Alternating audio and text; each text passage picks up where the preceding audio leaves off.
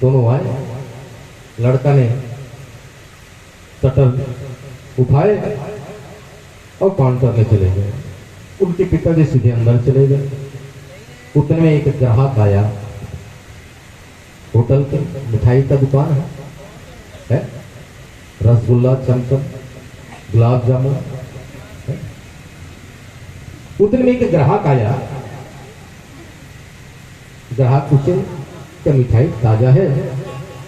उस लड़के के ध्यान में आया, सत्संग करके आए थे, हमेशा सत्य बोलना चाहिए, सत्य के राह। लड़का के मुख से निकल गया, मिठाई 3 दिन पुराना है।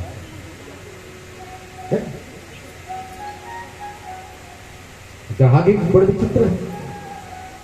एक होते कि जो मिठाई उसे ताजा कह दो तो लेने के लिए तैयार है, लेकिन 3 दिन की पुराना कह दो तो लेने के लिए तैयार नहीं है। जैसे 3 दिन पुराना बोले, उसके पिताजी को बहुत गुस्सा आया। क्या जरूरत है 3 दिन पुराना बोलने? ग्राहक जैसे वापस गए, उसके पिताजी अंदर से काउंटर में आए और अपने लड़के को 3 तमाचा लगाए। क्या जरूरत है 3 दिन पुराना बोलने? तो लड़का बोले, पिताजी अभी सत्संग में गए थे, महाराज जी बोल रहे थे कि हमेशा सत्य बोलना चाहिए, सत्य की राह पर चलना चाहिए। तो पिताजी बोलते हैं, अरे मूर्ख, मेरे उम्र को देखो, 60 साल हो गए सत्संग करते करते है, और आज पहले बार सत्संग में गए हो। वो सत्संग केवल सुनने का है, धरने का नहीं है। समझ में आया? सत्संग जो करते हैं केवल सुनने का है, धरने का नहीं है। तो ऐसे सत्संग करने से कुछ फल मिलने वाला नहीं। सत्संग में जो आए हो, जो सार गुण तत्व जो मिल रहा है, तो जब तक उसे हृदय में धारण नहीं करेंगे तो सत्संग का फल मिलने वाला नहीं है। गंगा में डुबकी लगाने से जितने भी हमारे जीवन का जो पाप है वो धुल जाते हैं। तब जब हृदय से हम गंगा में स्नान करते हैं, और जिसके भाग्य में होता है उसी को गंगा में स्नान करने का सौभाग्य प्राप्त होता है। क्योंकि हर वर्ष हमारे यहाँ से एक बस निकलते हैं, उसमें जाते हैं श्रावण के महीने में, देवघर से वापसी में गंगा स्नान करते हैं। तो कई ऐसे व्यक्ति मिल जाते हैं हमारे बस में, गाड़ी में, गंगा के करीब जाकर के उसको सौभाग्य प्राप्त नहीं होता, क्योंकि उसके पुण्य को उदय हुआ ही नहीं है।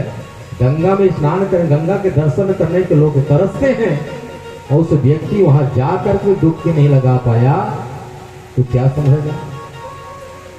उससे बड़ा पापी दुनिया में तो कोई है नहीं, जो गंगा के पास जाकर के उसमें डुबकी नहीं लगा पाया। उसी तरह जब तक देवादेव की कृपा नहीं होते, तब तक सत्संग की सुनने को प्राप्त नहीं होते। जिसके पर कृपा करते हैं देवादेव, उसी को यहाँ तक बुलाते हैं। जैसे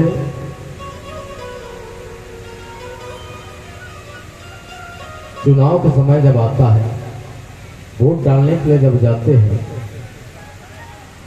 तो 18 वर्ष के जब हो जाते हैं, तभी हमें वोट डालने का अधिकार प्राप्त होता है।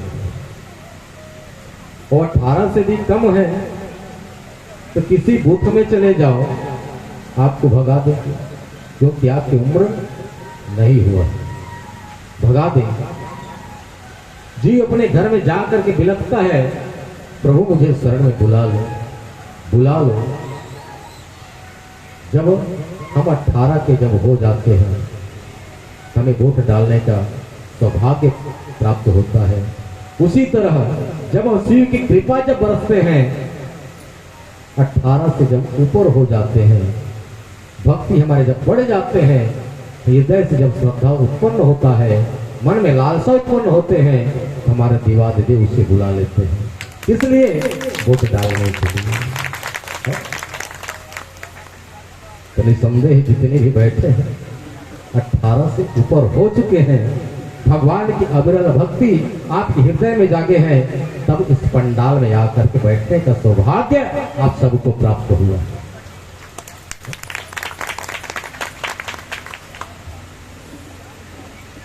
लेकिन भगवान मेरे देवादिदेव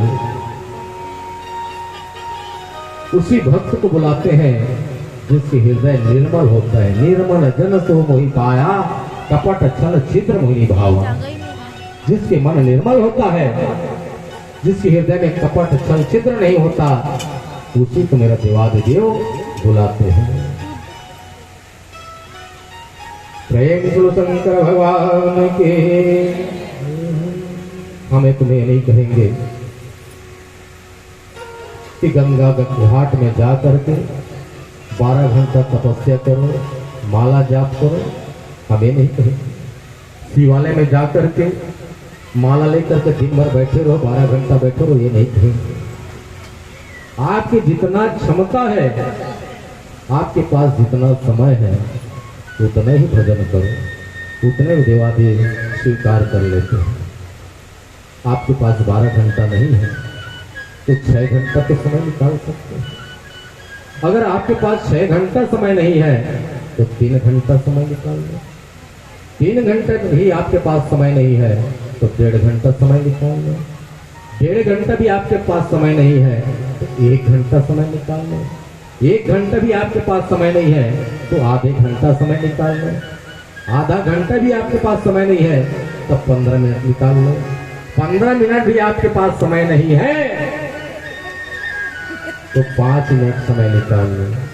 अगर 5 मिनट भी आपके पास समय नहीं तो 1 मिनट निकाल लो।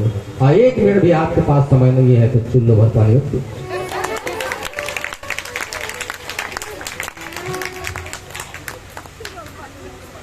तो भगवत भजन करने के लिए थोड़ा सा अगर समय निकाल लेते हैं तो मानव शरीर जो मिला है इस जीवन का उद्धार हो सकते हैं। प्रेम सुनो शंकर भगवान की जय। बोले शंकर भगवान की जय हो।